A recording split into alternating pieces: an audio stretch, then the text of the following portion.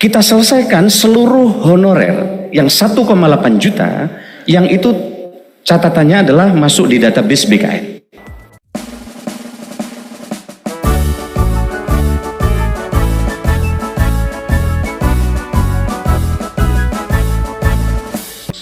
Terkait dengan profil aparatur sipil negara kita. Nah ini, jadi profil ASN kita memang ini gendernya perempuan lebih banyak memang.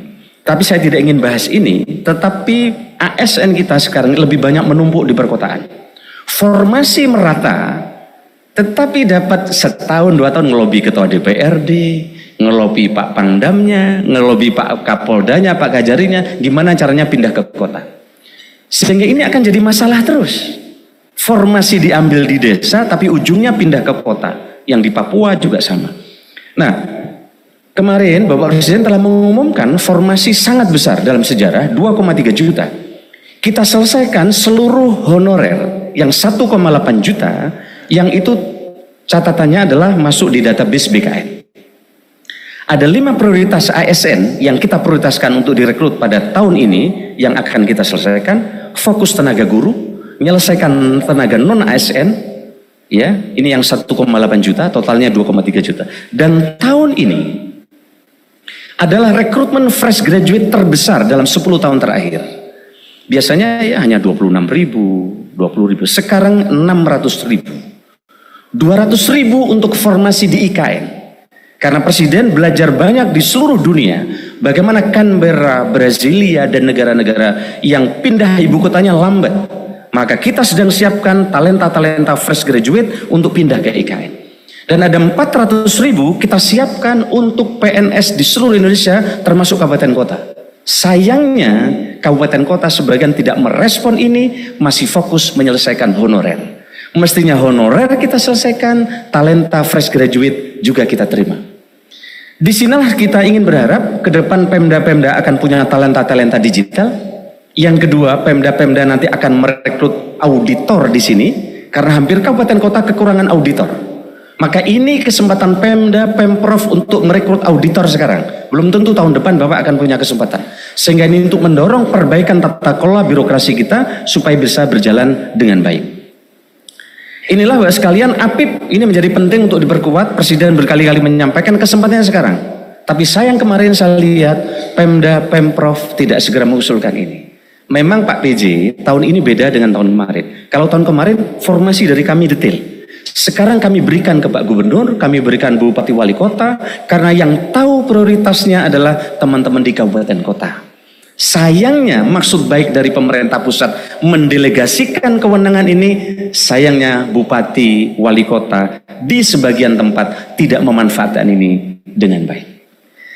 Total kalau kita lihat jumlah formasi di Jawa Barat itu 5.082, CPNS-nya 1.018, sayang juga ini tidak banyak usulannya, PPK-nya, P3K-nya 4.000. Jadi tidak besar.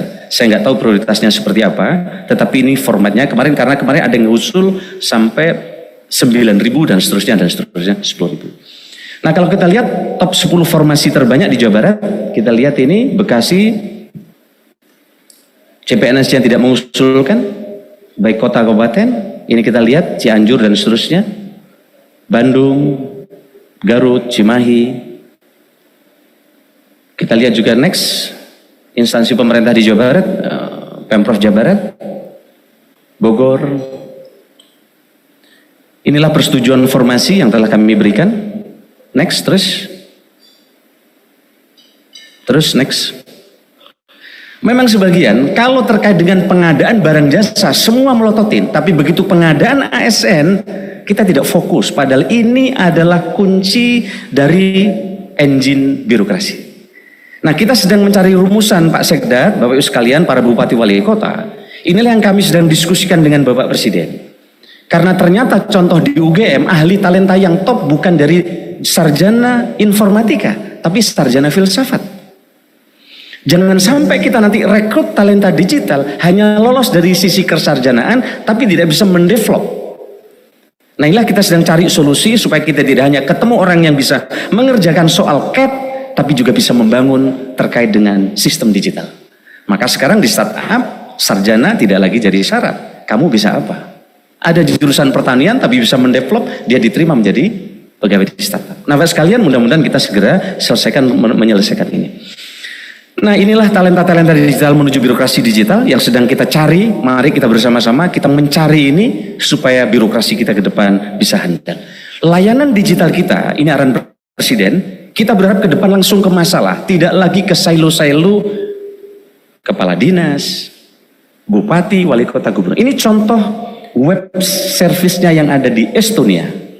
Saya contohkan terus ini. Bagaimana di Estonia, dia langsung menampilkan 5 masalah terbesar. Oh, ternyata begitu masuk websitenya mereka, oh bagaimana kalau saya menikah? Bagaimana saya melahirkan? Oh, bagaimana saya mendapatkan asuransi? Kita ini enggak, Pak PJ. Kadang lihat websitenya Pemda, bupati, wali kota, bupatinya gede banget. Begitu masuk lagi foto kepala dinas, masuk lagi foto, nah, jadi banyak fotonya, bukan langsung ke lain. Kami sangat berharap Pemprov Jabar bisa menginisiasi ini. Para bupati wali kotanya bisa membuat webnya langsung rakyat ke masalah seperti ini. Kita sedang menyelesaikan portal nasional. Targetnya adalah negara cepat, mudah dan murah, dan ini sedang kita kerjakan. Bapak sekalian kami hormati, sehingga dengan demikian nanti pelayanannya akan bisa terintegrasi dengan cepat. Rakyat tidak harus masuk ke dalam web kepala dinas. Kita tidak ingin lagi satu aplikasi, satu inovasi, dan ini jelas arahan Presiden di berbagai ratas. Yang berikutnya adalah pemerintahan di era digital ini membutuhkan infrastruktur digital. Jadi kita sedang menyelesaikan Digital ID, Pak BJ. Digital ID ini bukan perkara mudah, tapi alhamdulillah sudah selesai. Ini ada Pak CK yang masih PJ. Kita menyelesaikan Digital ID ini rapat 36 kali. Bayangkan. Kenapa? Karena identitas digitalnya ada di Menteri Kominfo, IKD-nya ada di Kemendagri. SSO-nya ini pakai yang mana ini? Pakai IKD atau identitas digital. Rapat kabinet udah sering. Nah, saya diminta oleh Presiden, kami dari Kemenpan menjadi koordinator penyelesaian. Alhamdulillah ketemulah rumusan ini. Ini sangat teknis, tetapi ini menjadi pintu untuk kita selesaikan SSO. Sehingga dengan demikian, Mbak sekalian yang kami hormati, ke depan ini sekarang lagi di-develop. Karena ternyata untuk membereskan sistem pemerintah berbasis elektronik tidak gampang. Masing-masing kementerian punya konsultan masing-masing yang semua nomor 1, hebat semua. Maka susah diinteroperabilitaskan. Susah semua. Pemprov, institusi kepolisian punya konsultan semua. Susah untuk diintegrasikan. Maka kita belajar dari berbagai negara. Kami lapor Bapak Presiden. Oh, ternyata 20 negara terhebat itu adalah negara yang sistem pemerintah berbasis elektroniknya hebat. Dan ternyata negara-negara ini punya namanya GovTech, Government Technology, yang dibentuk untuk menjembatani agar mengintegrasikan berbagai layanan digital. Alhamdulillah Pak sekalian, Perpresnya sudah keluar. Presiden telah menunjuk INA Digital yang dalam waktu dekat ini akan diluncurkan.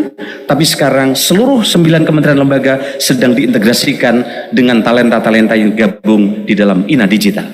Mulai IKD, mulai BSSN, sehingga dengan demikian targetnya mulai ibu, hamil, melahirkan, sampai meninggal nanti terlayani di tempat ini. Tentu Bandung dan Jawa Barat ini tempatnya talenta digital.